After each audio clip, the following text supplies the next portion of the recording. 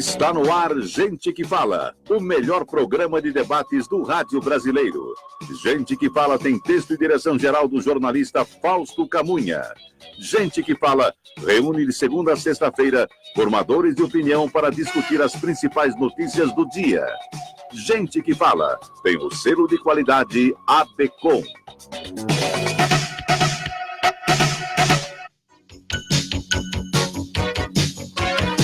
Olá, ouvintes, internautas, boa tarde, bem-vindos ao programa Gente que Fala. Eu sou o Mauro Friesman, nós estamos ao vivo na Rádio Trianon AM 740 de São Paulo e também pela Rádio Universal AM 810 de Santos. Nas redes sociais, por imagem, você pode nos acompanhar. Anote aí, Instagram, @programa Gente que Fala, e na nossa fanpage, facebook.com/programa Gente que Fala. Visite o nosso blog, gentequefala.com.br, e também participe com a gente pelos telefones 3289-3580 e 5052-5555. Hoje, mais uma edição do Gente do MPD que Fala, uma parceria do programa Gente que Fala com o movimento do Ministério Público Democrático, com o apoio da Câmara Brasileira de Diagnóstico Laboral, CBDL. Eu apresento os nossos convidados de hoje. Aqui à minha esquerda, o Procurador de Justiça aposentado, o Dr. Ricardo Prado, presidente do movimento do Ministério Público Democrático. Seja bem-vindo, Ricardo. Muito prazer estar aqui na data de hoje. É um prazer também participar do programa hoje pela primeira vez com você, Mauro, né? E também agradecer a presença dos nossos convidados, né, neste dia. Aqui também à minha esquerda, a administradora pública Daniela Kraus, coordenadora nacional do Movimento Acredito. Seja bem-vinda, Daniela. Obrigada, também agradecer a participação de todo mundo, é muito bom estar aqui hoje. O cientista político, palestrante e professor Rubens Figueiredo, também compondo a mesa do programa Gente que Fala de hoje.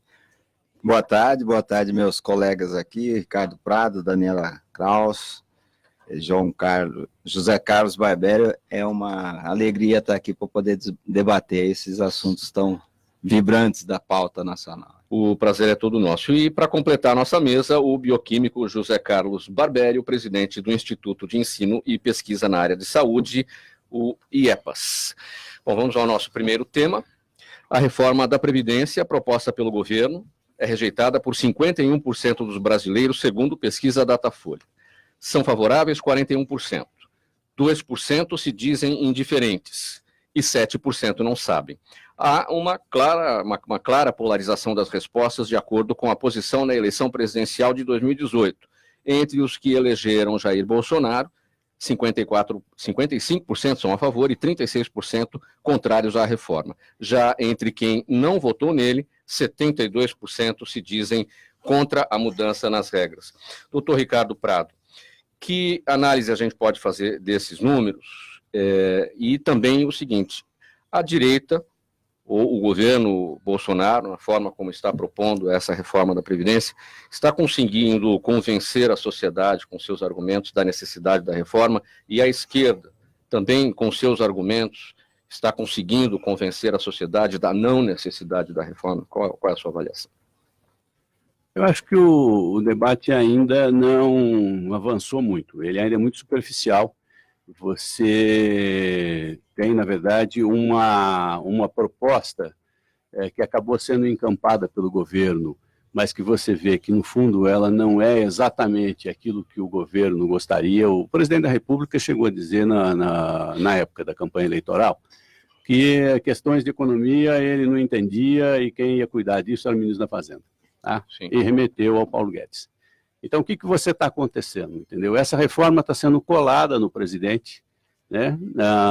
Com que você vê que a maior parte do pessoal que aprova a reforma é o pessoal que votou no presidente e está dando a ele um voto de crédito. Tá? Se as pessoas conhecessem mais profundamente o que essa reforma representa, né, perceberiam que isso, na verdade, para o país é um péssimo negócio. Por quê? Porque o ministro diz que vai economizar 1,1 trilhão durante os próximos 10 anos. E a pergunta que se faz é o seguinte: para quem vai esse dinheiro? Não vai para ninguém? Vai. Segundo ele, por quê? Para reduzir a dívida. Reduzir a dívida O que é? É passar esse dinheiro para o mercado financeiro. Tá? Então, nós temos uma dívida, nós temos um mercado financeiro que investe no país e tem direito de receber, obviamente, seus rendimentos, seus juros, etc. Não há dúvida de que as dívidas elas precisam ser pagas. Só que essas dívidas elas são muitas vezes prorrogadas. Tá? Quando você está num momento ruim, onde a receita está um pouco menor do que a despesa, o que você faz às vezes com as dívidas? Às vezes você é obrigado a pagar, às vezes você pode conseguir rolar ela mais um pouco. Para quê? Para que o país volte a crescer e aí você continue a pagar suas dívidas normalmente. Tá? Então, você tirar esse dinheiro da população e você transferir esse dinheiro para o mercado financeiro, é você, na verdade, tirar o dinheiro da população mais pobre e passar para a população mais rica, que, na verdade, não precisa desse dinheiro. Não nesse momento. Ela pode aguardar, ganhando seus juros, capitalizando e etc. e tal. Então, 700 bilhões, tá? Quase 70% do valor que está sendo transferido é do regime geral da Previdência. O regime geral da Previdência são pessoas aposentadas que no setor urbano recebem R$ 1.500 por mês. No setor rural cai para R$ 939 por mês. Esses dados que eu estou te dando eu tirei ontem do site do governo. Tá? Benefício médio da Previdência Rural é de R$ 993, corrijo, e 99 centavos. E da Previdência Urbana, R$ 1.531,77. Tá? Tá. E esse argumento principal em favor da reforma da Previdência, de que se ela não for feita, não haverá dinheiro no futuro para pagamento dos aposentados, dos pensionistas. Você tem uma arrecadação hoje do governo em 2019 de 2,5 trilhões de reais. Você tem uma despesa com Seguridade Social, o que inclui Previdência Social, Saúde e Assistência Social, não é só Previdência, que vai chegar a R$ 1 trilhão. Então, sobra ainda R$ 1,5 trilhão para outras despesas. Então, dinheiro para pagar tem. Tá? Esse argumento do não tem dinheiro, não tem não sei o quê, vai quebrar, é um argumento terrorista para fazer passar sem discutir o assunto. Daniela Kraus, tem dinheiro, não tem dinheiro a Previdência? Está quebrada, não está quebrada? Como é que você avalia essa polarização apontada pela pesquisa Datafolha?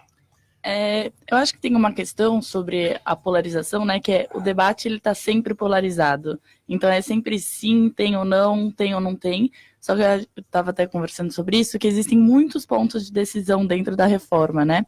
E a questão é que talvez valha a pena a gente ocupar esse espaço de discussão de todos os pontos, né? Tem a questão dos militares, tem a questão do BPC, dos trabalhadores rurais e por aí vai, né? Tem vários pontos de decisão e eu acho que quando a gente consegue debater um pouco mais a fundo esses pontos, a gente consegue entender como a gente, se for fazer uma reforma ou se não for, né?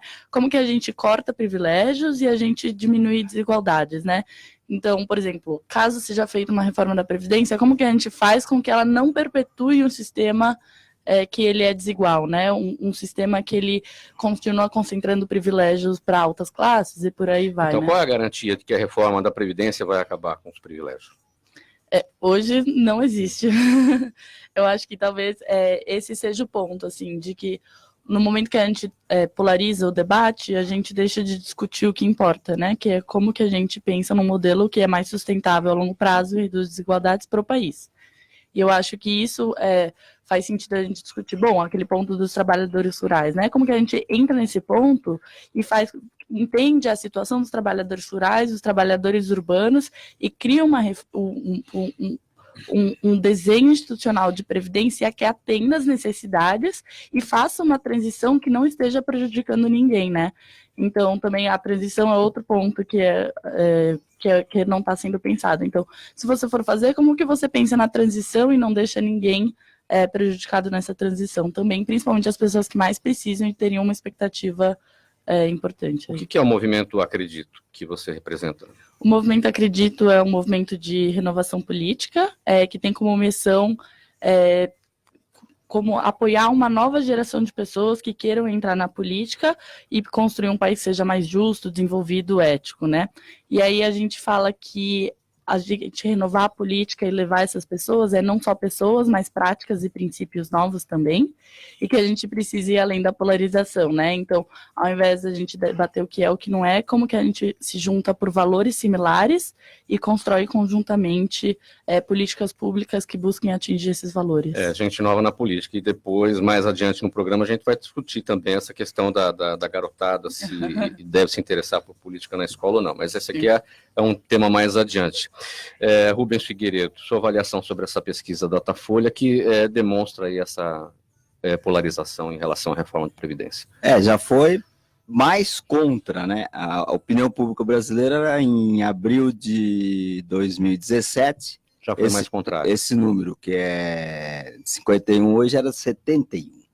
Então, a manchete da Folha de São Paulo poderia ser algo parecido como cai 20 pontos a rejeição ou desaprovação à reforma da Previdência. Agora, é preciso considerar essa pesquisa como aquilo que ela é, uma pesquisa de opinião pública entre pessoas que não entendem de reforma de Previdência, que é aquilo que um sociólogo francês chamava de imposição da problemática, né? Você chega para o cidadão do Nordeste, que ganha um salário mínimo, e pergunta o que ele acha da reforma da Previdência. Então, e eles próprios dizem que não conhecem, né? São 68% que dizem que conhecem a reforma da Previdência, que eu duvido, e desses 17 falam que conhecem bem. Já ouviram falar 68, e desses 68, 17 falam que conhecem bem. 68, 17 deve dar algo em torno de 13% da população que diz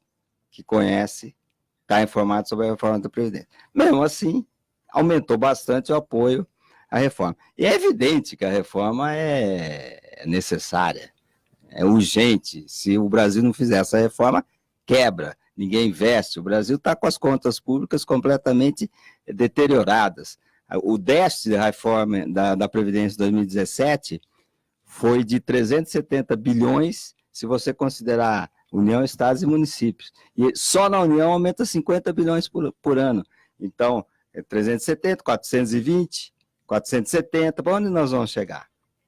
E o Brasil, a Previdência brasileira é uma aberração.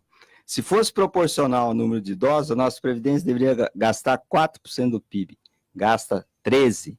É muito mais do que o Japão gasta proporcionalmente. O Japão tem muito mais idosos do que o brasileiro. Aqui não tem a idade mínima. 13 países do mundo não têm idade mínima. Irã, Síria, Iraque, Afeganistão, Equador, que não são exatamente exemplos de uma previdência do tamanho da brasileira. Então, falar que não tem que ter idade mínima numa sociedade onde uma pessoa faz 60 anos e vive até os 86, isso não tem cabimento. A nossa Previdência está completamente esclerosada. Então, essa reforma é uma reforma mais do que necessária, urgente. Se não for feita, o Brasil quebra. Barbério, sua avaliação sobre essa pesquisa, bem polarizada.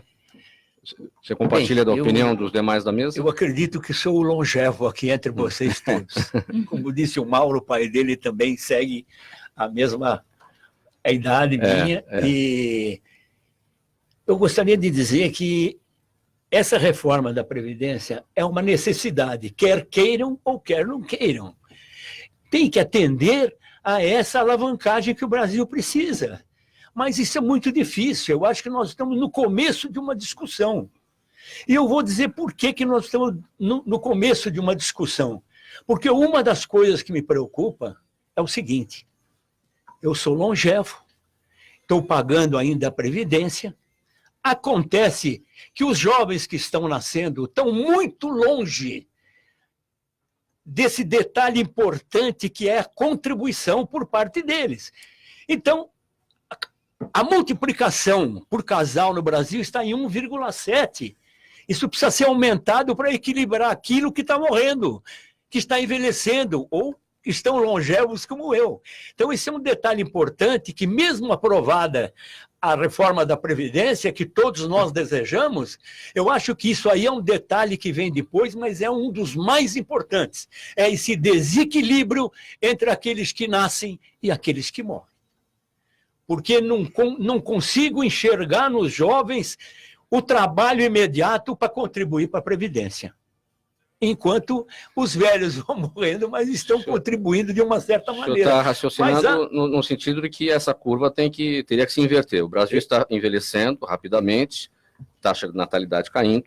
O senhor está propondo uma reversão dessa curva. Exatamente. E eu vou dizer uma coisa, a China está preocupada com essa reprodução, com essa multiplicação por casal. Ela está exigindo que os casais aumentem.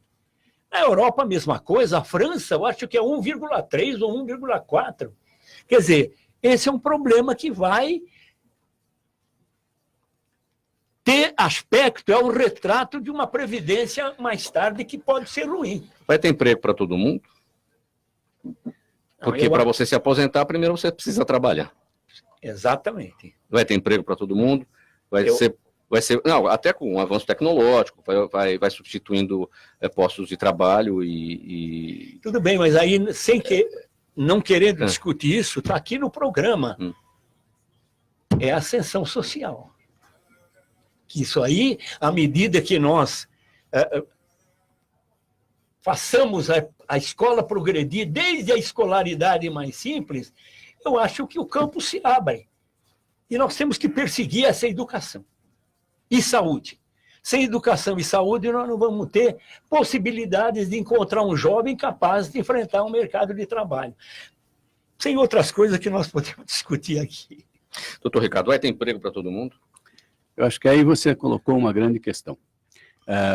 O que você imagina é que numa sociedade a renda das pessoas vem necessariamente do emprego. Não é verdade. Isso é uma parte apenas. Tá? Apenas uma parte das pessoas tem renda a partir dos seus empregos. Uma outra parte das pessoas tem renda a partir do quê? A partir de imóveis... Trabalho, que são coisas diferentes. Não, o emprego é uma coisa, sim, trabalho. Sim, mas fora disso você tem renda a partir de imóveis que são locados. Você tem renda a partir de dinheiro que é investido no mercado financeiro, tá? E o que nós queremos ver a discussão é exatamente essa discussão do mercado financeiro junto com a Previdência, tá? Você tem renda que você tem da produtividade das empresas, tá? De ações, certo? Então, as formas de renda, na verdade, são outras. O dono do Facebook chegou a propor, há um tempo atrás, que se fizesse uma discussão sobre isso. Como fazer renda para a população independente do seu trabalho. Por quê? Porque você está tendo uma substituição, na verdade, de boa parte da mão de obra pela inteligência artificial, pelos robôs, pelas máquinas. E a partir do momento em que essas máquinas e que esses robôs fazem o trabalho, o ser humano começa a ter maior tempo livre. Mas ele, apesar disso, ele continua consumindo. Então ele precisa ter renda para poder consumir. Tá? E o mercado se volta, em grande parte, no consumo. Um dos grandes problemas da reforma da Previdência que a gente vê também é o quê? Você vai reduzir consumo. Como é que você vai crescer o país se você vai reduzir o consumo? Quando nós tivemos uma crise americana em 2008 nos Estados Unidos, o que o Banco Central americano fez? Ele injetou dinheiro no mercado. Ele começou a colocar dinheiro no mercado, e as pessoas não tomavam emprestado porque tinham receio, porque faltava confiança. Né? Então, o que você precisa? Você precisa ter outras formas de renda. A Previdência é uma outra forma de renda que você faz. Você distribui, na verdade, o produto do país através de todas as pessoas. E pelo que a gente vê dos dados, o que as pessoas recebem é menor do que aquilo que o país produz. O que os aposentados e pensionistas do regime geral da Previdência recebem é menor do que o do país. Na questão da idade mínima, o funcionalismo público já está implantado. Você não aposenta hoje com menos de 60 anos de idade no setor público. Tá? Você falta implantar para a iniciativa privada. Mas para o setor público você já tem. É pouco. Sim? É pouco. Pode ser que você tenha que aumentar, tudo bem, as pessoas estão vivendo mais, você vai aumentando, até aí tudo bem. Qual é o problema que você tem, o grande maior problema da reforma? Sistema de capitalização, que pouco tem se falado.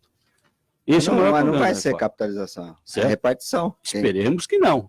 Mas está fora já do... Esperemos que sim, esperemos que sim, porque esse é o maior desastre para a população. Porque você tira, na verdade, da contribuição da Previdência, tanto as empresas como o governo, e deixa só a pessoa. Né? É como se a pessoa fizesse a sua poupança sozinha. Se ela conseguiu, tudo bem. Se ela não conseguiu, ela que se vire. Na posse do novo ministro da Educação, Abraham Weintraub, o presidente Jair Bolsonaro indicou como um dos objetivos da pasta desestimular crianças e adolescentes a se interessarem por política nas escolas. Abre aspas aqui para o presidente. Queremos uma garotada que comece a não se interessar por política, como é atualmente dentro das escolas, mas comece a aprender coisas que possam levá-las ao espaço no futuro. Daniela, o que você acha dessa declaração do presidente Jair Bolsonaro? O que teria por trás disso? Ele pensou em escola sem partido para poder dizer isso? E quando se fala em escola sem partido, é sem direita e sem esquerda, é sem partido mesmo, né? Acho que sim, assim, eu tenho uma visão de que isso é uma visão muito restrita do que é a política, né? Entender que a política é só isso aí que está acontecendo dentro das casas e que a gente assiste que nem quase que um teatro, né? Mas a política, ela está na vida de todo mundo é um ser político e, acima de tudo, todo mundo é cidadão, né? E, teoricamente, num regime democrático, a democracia e o nosso sistema político vai para além do voto, né? Existem diversas outras formas de participação que a sociedade deveria estar exercendo, e isso faz parte da nossa formação cidadã e do como a gente se constrói enquanto sociedade. Para mim, falar que você não quer ter política dentro das escolas é você falar que você não quer formar as pessoas enquanto cidadãs dentro de um sistema democrático, né? Então, para mim, vai além do eu não quero que as pessoas queiram se candidatar, né? Para mim, não querer que jovens pensem em política não é desestimular eles a se candidatarem, mas é desestimular uma formação cidadã dentro de um regime democrático em que a gente vive em sociedade, assim. Então, eu acho que é muito grave ter esse pensamento, assim, de que a gente não deve pensar na política, porque eu estou pensando no dia a dia, no como eu sou política no meu dia a dia, né? E no como eu não estou jogando lixo no chão, para mim isso também é política em alguma medida.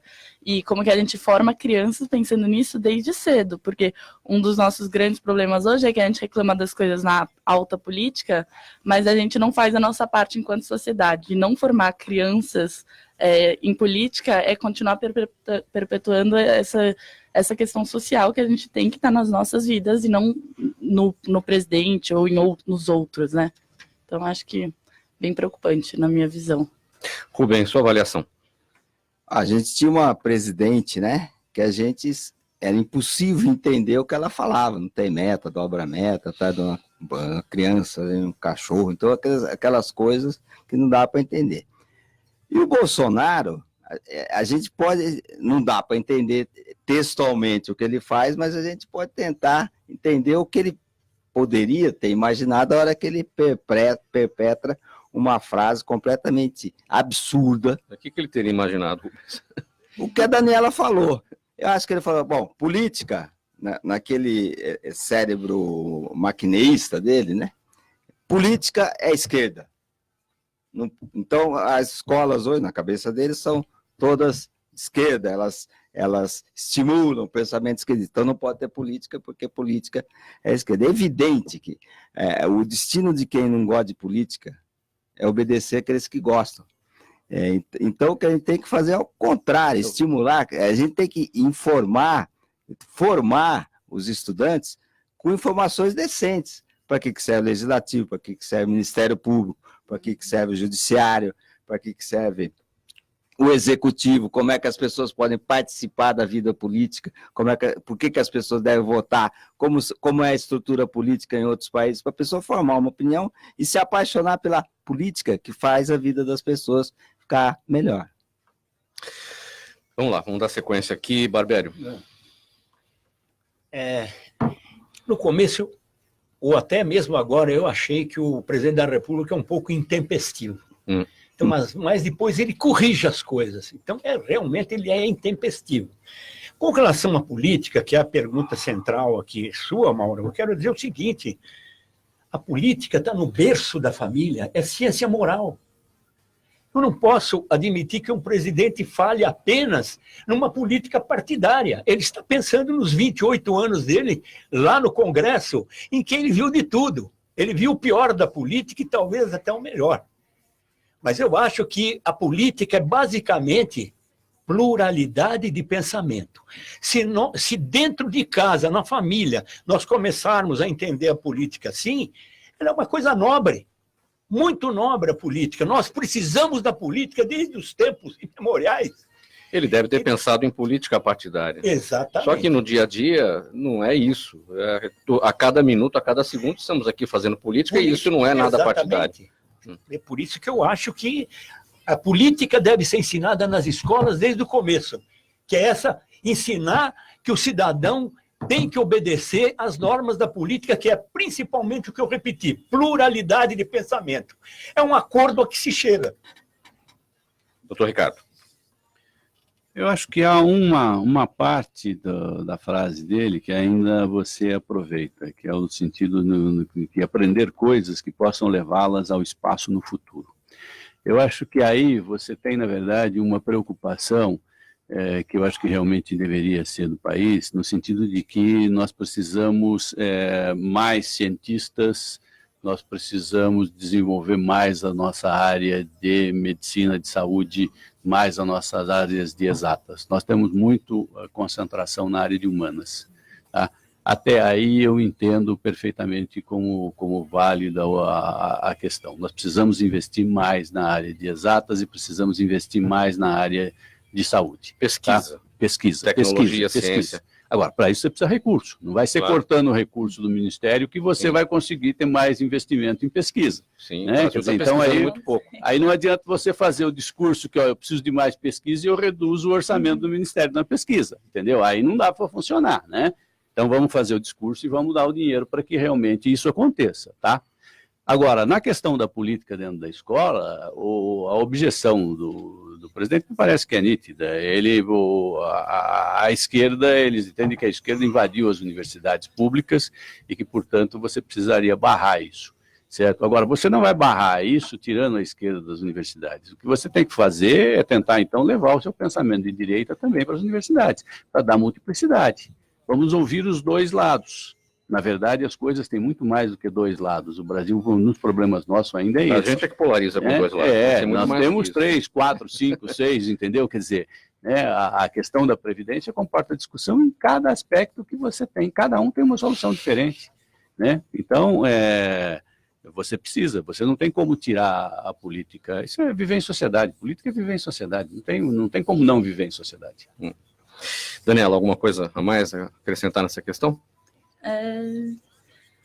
Não, eu concordo muito com isso, né? Que o desenvolvimento do pensamento crítico se tornou uma pauta de esquerda, né?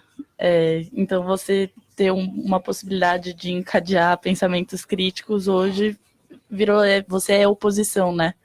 Então, você discordar de algo, pensar criticamente sobre algo, virou um sinônimo de oposição. Isso tem muito a ver com a polarização também, né? E muita relação com esse fato de que você formar crianças críticas é formar crianças de esquerda, enfim. Mas também concordo muito com esse ponto de que a gente precisaria estar investindo mais em ciência, mas isso também não está indo de acordo com as ações do quarto ministério, que é outro papo, né? Mas super relevante também.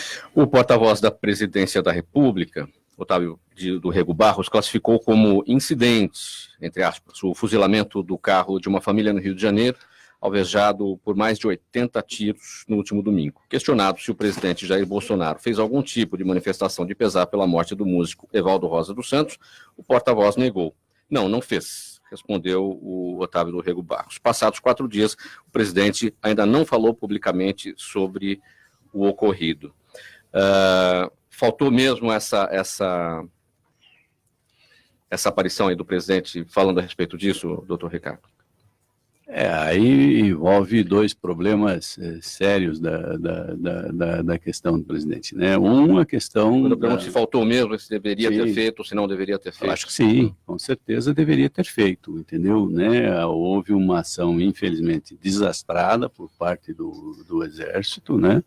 De uma forma que realmente chama a atenção da população pública e chama a atenção, por exemplo, para um outro aspecto do projeto do ministro Sérgio Moro, né, que é uma questão que nós no MPD já colocamos, inclusive, em nota pública, no sentido de que uma parte do projeto que trata da legítima defesa é um desastre.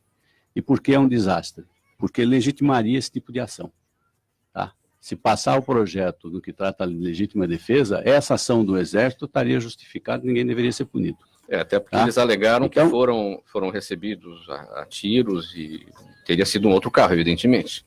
Não tinha absolutamente nada a ver com a pessoa que foi vítima do homicídio, né? Porque isso é um homicídio praticado por um grupo de pessoas, tá? Então, o que você tem aí? Você tem realmente um problema sério dessa política de confronto, entendeu? Você precisa fazer mais segurança, tem uma parte do projeto do Moro que é importante, que merece ser aprovado, que agiliza os processos, entendeu? Né? Que mexe com o crime organizado, que é importante também, tá? Então, a ação, por exemplo, de isolar as lideranças do crime organizado, você tem uma série de medidas que são importantes e que estão dentro desse projeto, mas eles falam, a gente precisa sair da superfície e analisar cada parte, né? A parte específica da legítima defesa visa legitimar ações desastrosas por parte da polícia, por parte do Exército. Isso não pode ser aprovado. E o exemplo está aí, né? Falou-se do meio ambiente e nós tivemos Brumadinho, certo? Falou-se da questão da legítima defesa para justificar a ação policial e nós temos esse tipo de ação por parte do Exército. Daniela, como você avalia este incidente? Assim foi tratado. Acho que tem um pouco na linha do que ele falou, tem uma questão que é uma questão de segurança pública, né? É uma má política de segurança pública, então que ela não protege o cidadão, e tem muito a ver também com o preparo que hoje a gente tem visto, que, enfim, tem sido cada vez mais evidente que é ruim para as polícias. E um sinal de algo que está muito errado é quando o Exército, na verdade, ele assumiu de forma excedida um papel de polícia e ainda sobre uma situação sem olhar de fato para a condição do cidadão, né? E eu acho que talvez daí entra nessa questão do Moro, né? Que é a gente olhar como a gente constrói uma política pública, e isso, óbvio, assim, sem contar nas questões que eu acho que tem uma questão que é mais estrutural, né?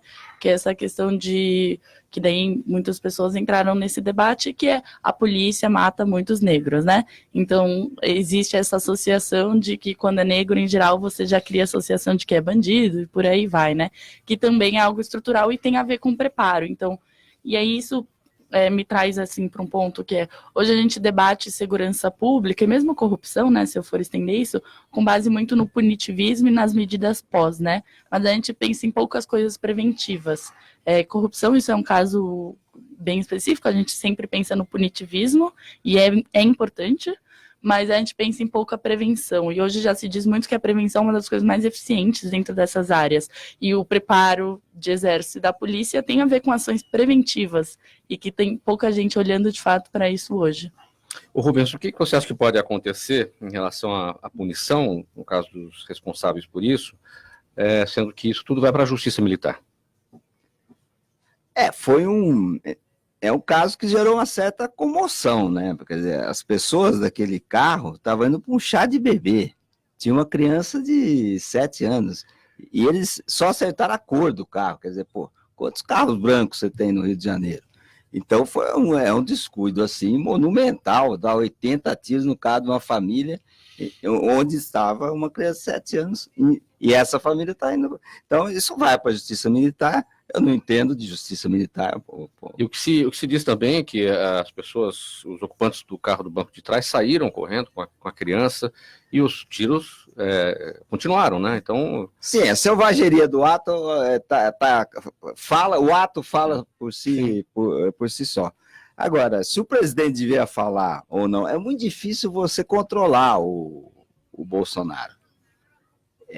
Ele, como presidente da República, se colocando sempre como representante das Forças Armadas, eu acho que ele devia ter uma palavra para a família, para a opinião pública, se desculpando e apresentando seu sentimento em relação àquilo que aconteceu.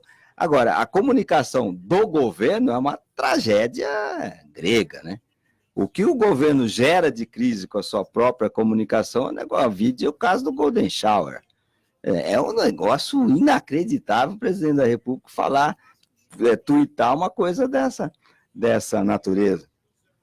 O porta-voz parece ser um homem ponderado, que passa um pouco de coordenação do governo, mas as diversas esferas do governo são uma tragédia do ponto de vista de comunicação. Barbério. Em primeiro lugar, as considerações de vocês são ótimas. Eu não vou me aprofundar, porque eu nem entro nesse detalhe. Depois eu conto o que eu fiz na minha vida para vocês saberem que é difícil eu estar aqui. Eu acho que a fragilidade dos nossos militares ou indivíduos que portam arma é uma coisa que é preciso ser medida, concebida de outra maneira. E eu escrevi no Estadão, não, na Globo, o seguinte, porque eu sou crítico em alguns aspectos. Foi uma selvageria. Por quê? Porque eu acho que dar 80 tiros num carro, sem saber quem estava dentro, quem eram, e não perseguir com os veículos à disposição, foi um verdadeiro tiro aos pombos. E nós precisamos evitar esse tiroteio aos pombos que acontece quase que diariamente no seio da polícia, dos militares, não sei de quem. E até quero contar um detalhezinho que vocês também assistiram ontem na televisão. Levantou uma deputada para dizer: o meu colega está com uma arma. Era um deputado, o deputado falava: eu não tenho arma nenhuma, e ele mostrava, mas parece que era uma arma. Então, é a facilidade com que se porta uma arma dá condições de que essa arma seja puxada a qualquer instante. Nem até mesmo como uma ameaça. Então, acho que existe uma fragilidade daqueles que portam armas, no sentido de que de imediato eles lançam mão da arma. Isto que aconteceu, para mim, foi um tiro aos pombos. Todos atiraram. Implica em que o fato do presidente não ter vindo a público manifestar pesar à família e à vítima, o Evaldo Rosa? Porque ele é assim mesmo. Eu acho que eu não esperava outra coisa do Bolsonaro. Era isso aí. Ele é intempestivo e, às vezes, ele não pensa no que fala. Eu acho que estou de acordo com todos vocês. Foi um ato pouco delicado dele nesse sentido. Doutor Ricardo, quem que implica esse não aparecimento aí do presidente em manifestar pesar? Eu acho que, na verdade, o incidente tira pontos dele, do discurso dele, né? Então, eu acho que ele não veio a público porque ele teria que reconhecer, de uma certa forma, que uma parte da política que ele prega, na verdade, está errada, né? Mas ele não iria dar o braço a torcer tão facilmente assim, entendeu? Eu acho que ele ainda vai ter que aprender mais um pouco para perceber que o Exército não é preparado para fazer segurança dentro de cidade. O Exército é preparado para a guerra, né? Então, nós temos problema com nossas polícias? Temos, mas as polícias, na verdade, têm mais preparo para enfrentar a violência urbana do que o Exército. São pessoas, inclusive, mais velhas, entendeu? Né? Que têm mais maturidade para isso. O Exército é formado por gente jovem, né? Entendeu? E então são mais fáceis de cometerem esse tipo de erro. Eles não são preparados para esse tipo de ação. Nós teremos mais problemas com isso. O silêncio do presidente não pareceria um apoiamento a ações desse tipo? Não corre esse risco? Ele defendeu esse confronto durante a campanha eleitoral, entendeu? Né? Quer dizer, lógico que ele defendeu que matassem bandidos e etc. e tal, né? Mas o grande problema que a gente tem é esse, entendeu? Né? Você não morre nessa guerra, não morrem só bandidos. Nessa guerra morre muita gente que não tinha nada a ver com ela. Morre muito civil, morre muito inocente. É esse que é o problema. Em evento para celebrar o Dia Mundial da Saúde, agora no dia 7 de abril, a Organização Pan-Americana da Saúde, OPAS, defendeu o fortalecimento do Sistema Único de Saúde no Brasil para garantir o atendimento a todos os cidadãos. O encontro reuniu especialistas de governos, academia, sociedade civil e imprensa para discutir como melhorar o SUS, principalmente por meio de uma sólida atenção primária de saúde. Eu quero começar esse assunto com o Barbério, que é dessa área, bioquímico. Vamos lá, Barbério. Eu estou na área da saúde, de verdade, nesse fim de meu trabalho profissional. Eu considero o SUS a maior política pública de saúde que este país já fez. E continua fazendo. Eu não aceito algumas críticas em relação ao Sistema Único de Saúde, porque eu acho que realmente, do ponto de vista de inclusão social, nunca ninguém fez nada como o Brasil fez com o SUS. acho que no país, nenhum país do mundo tem uma organização de saúde pública como o SUS. E lembro que o SUS atende todos nós. Todos nós aqui que pagamos convênios, temos o SUS à nossa porta a hora que nós queremos. Então, é realmente um avanço. Há 26 anos, se não me falha a memória, que o SUS está aí. Agora, que ele precisa de melhoras, precisa. Melhorar a gestão pública na saúde. Recursos humanos faltam bastante para o SUS. Mas não vou entrar em detalhes, porque dentro da estrutura do SUS eu não conheço muito. Não conheço muito. Vivi a saúde sempre. Depois eu conto para vocês desde quando vocês não eram nascidos e eu já estava na área da saúde. Mas o SUS, para mim, é poucos recursos que estão faltando. Gestão, recursos humanos. Mas é realmente admirável que nós tenhamos um SUS que atende os milhões de brasileiros. Rubens, é óbvio, ululante, né? A OPAS pedir o fortalecimento do SUS no Brasil. Quem não quer o fortalecimento? Agora, quais são os desafios? Tudo passa por dinheiro. Agora sim. Seria de estranhar se eles falassem que deveria... que fosse o contrário. Fosse o contrário. Bom, a Constituição brasileira, o que ela fala? Ela garante assistência à saúde para todas as pessoas, para todas as doenças, desde o nascimento até a morte. Então, isso é um sistema generosíssimo de saúde pública, de proteção social. Então, esse é o sistema. É isso que a Constituição promete para as pessoas. É óbvio que num país desse tamanho, com essas dificuldades, com as desigualdades que a gente tem, com esse déficit fiscal monumental, é muito complicado você fazer isso com a qualidade que todo mundo esperaria. Do ponto de vista estrutural, o que existe no Brasil é o que eles apontam aqui. Você tem o que eles chamam da hospitalização excessiva dos doentes. Quer dizer, ao invés de passar pelo atendimento básico, vai sobrar tudo nos hospitais. Os nossos hospitais são hospitais pequenos, de 50 leitos, que vários estudos internacionais mostram que não é o tamanho ideal para se funcionar um hospital do ponto de vista econômico-financeiro. Então, é óbvio que você tem uma série de problemas. Primeiro, da generosidade da Constituição, vai ter sempre problemas de recursos. Agora, você tem ilhas de excelência, como o INCOR, que são coisas maravilhosas. O INCOR é SUS.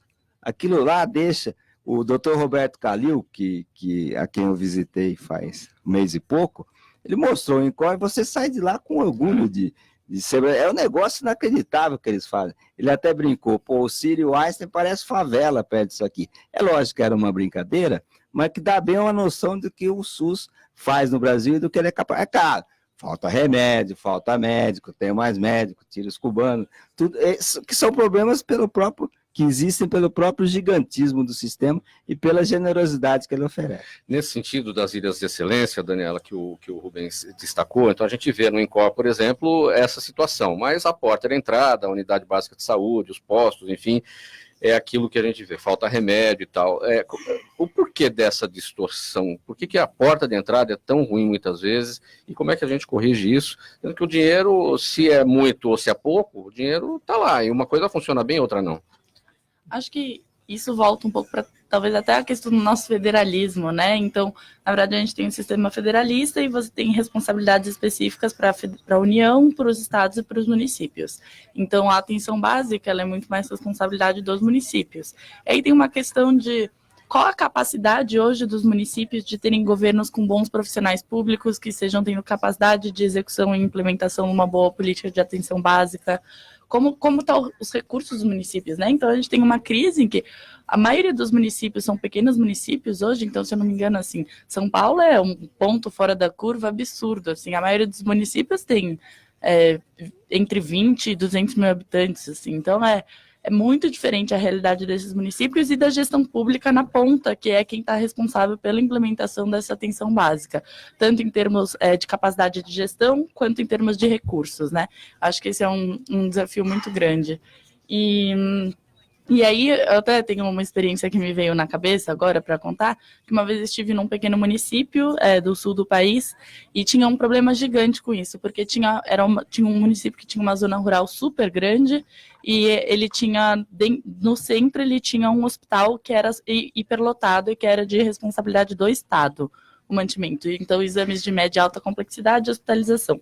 Só que, na verdade, toda a atenção básica estava sendo subutilizada nas zonas rurais. E isso acontecia não era nem por conta da saúde, era porque o município não fornecia transporte público, que as pessoas chegassem dentro da zona rural à unidade básica mais próxima. E o mais fácil para elas era pegar o ônibus até o centro, e isso hiperlotava o hospital. Então, na verdade, assim, existe uma complexidade que extrapola até o campo da saúde, né? Que é de como você tem a gestão pública do município. Então, assim, eu entendo que esse problema da atenção básica, ele vai de município para município, tem a ver com o nosso federalismo e extrapola a saúde, assim, de forma geral. Doutor Ricardo, essa melhora que tem que ser buscada na atenção primária passa pela prevenção, porque as pessoas vão ao médico a hora que o calo aperta, a hora que a dor aparece. Não tem um trabalho de prevenção, o que é uma falha do Estado brasileiro em conscientizar as pessoas no sentido que elas devem fazer as suas prevenções por atividade física, alimentação e tudo mais. Então, tem uma falha aí nesse sentido e que acaba acarretando um problema na atenção primária logo naquele atendimento? Eu acho que, na verdade, você tem a questão da necessidade da prevenção, que não há dúvida, mas eu acho que isso, de uma certa forma, a população está começando a tomar consciência. Basta você olhar o volume de academia de ginásticas que se abriram nesse país nesses últimos anos.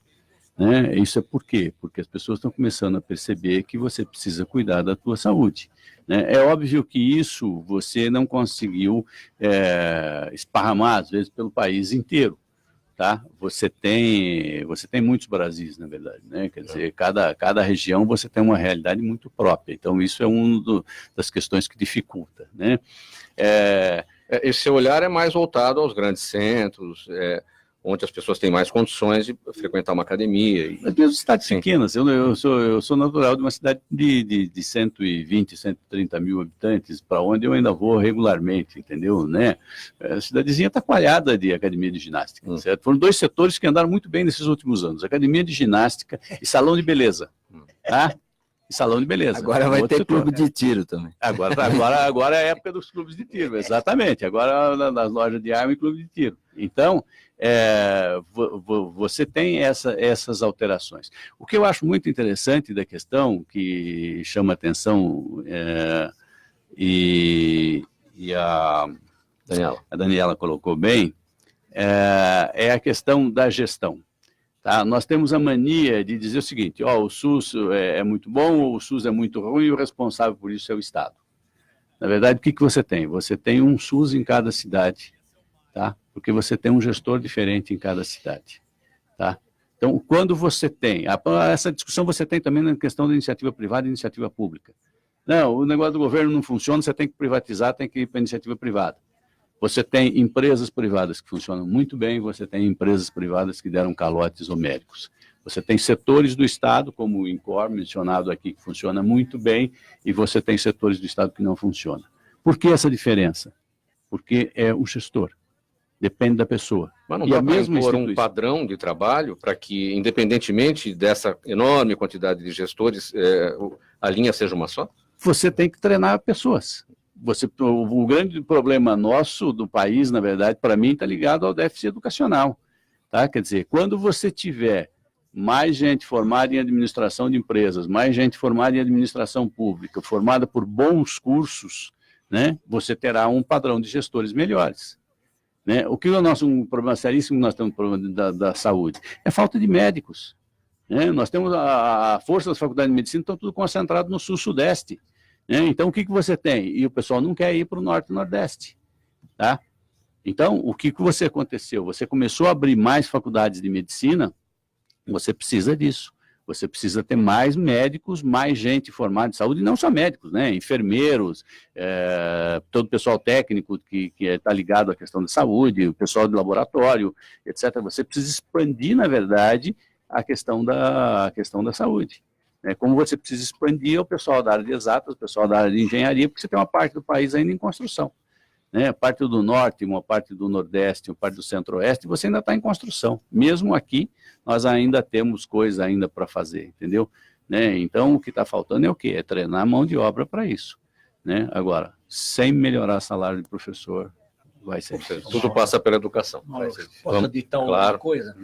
Eu só quero dizer que nós estamos todos de acordo que perfeição em saúde jamais será conquistada. E nós devemos admitir também que nós somos parte para melhorar a saúde. Eu vivo na saúde, o doutor Ferrari, que está aqui presente, vive na saúde, fazemos inúmeros eventos, seminários, conferências, justamente para apontar aquilo que precisa ser corrigido na saúde. Mas, como o doutor disse, nossa, tem muita coisa para ser feita.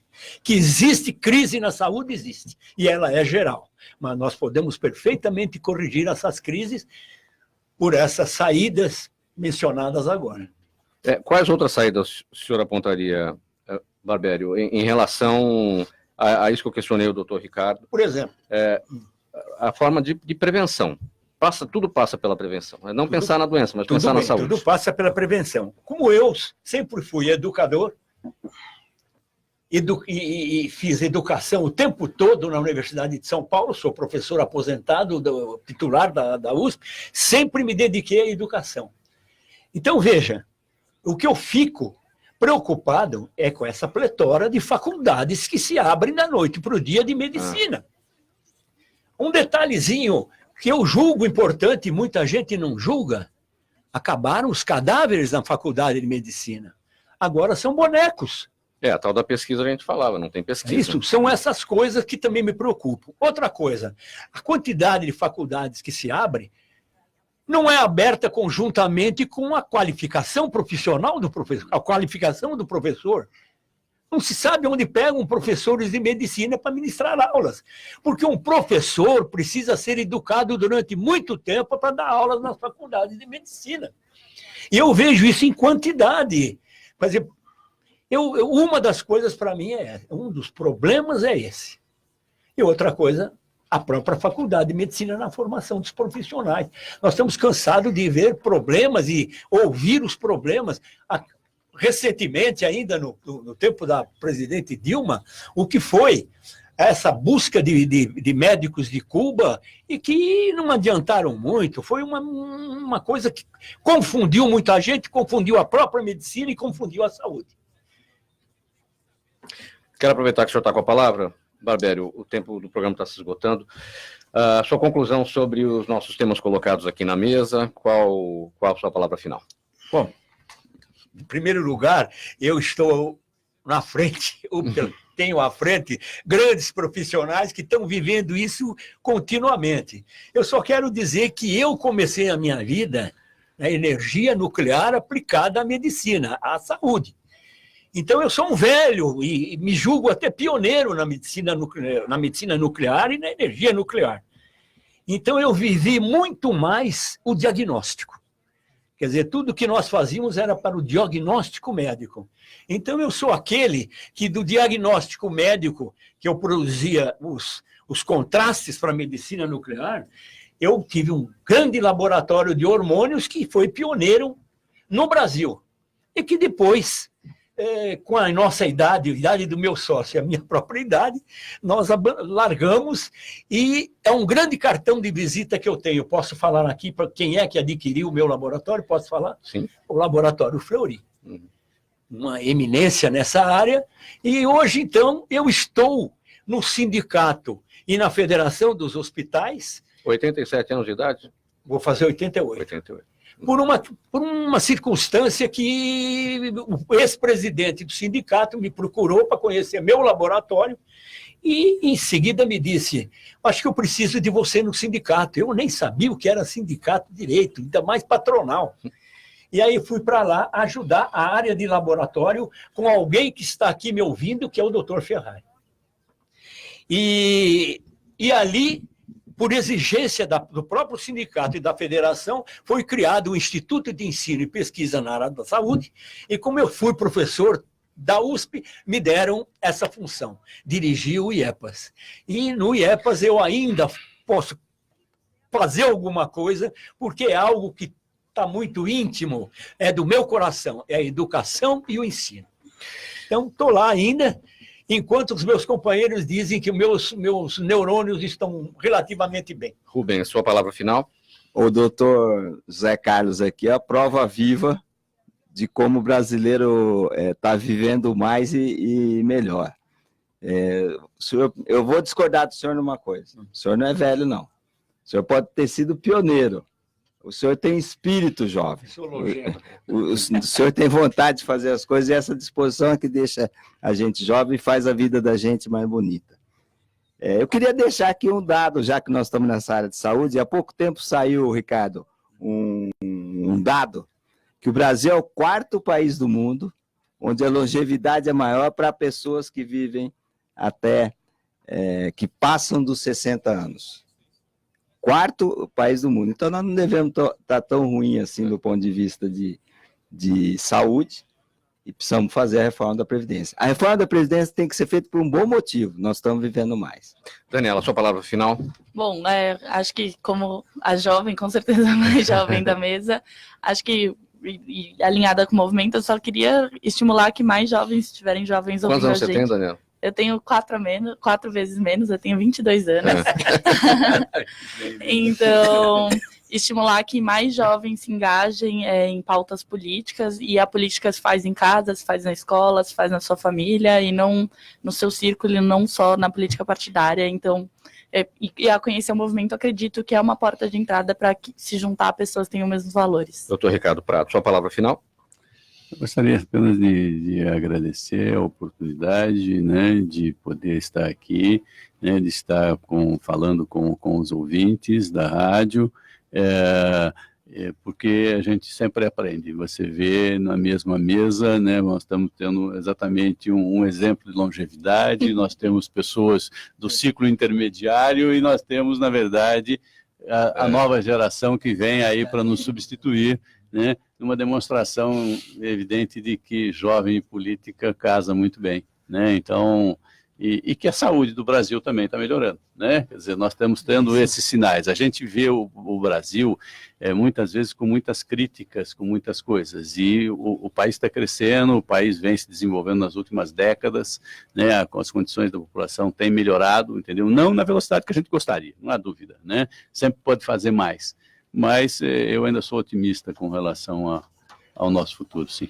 Tudo isso que o senhor falou, e considerando, né, tudo isso debatido aqui nessa mesa, num espaço democrático, que é o objetivo do programa Gente que Fala, que termina agora. Hoje, mais uma edição do Gente do MPD que Fala, uma parceria do programa Gente que Fala com o movimento do Ministério Público Democrático, com o apoio da Câmara Brasileira de Diagnóstico Laboratorial, CBDL.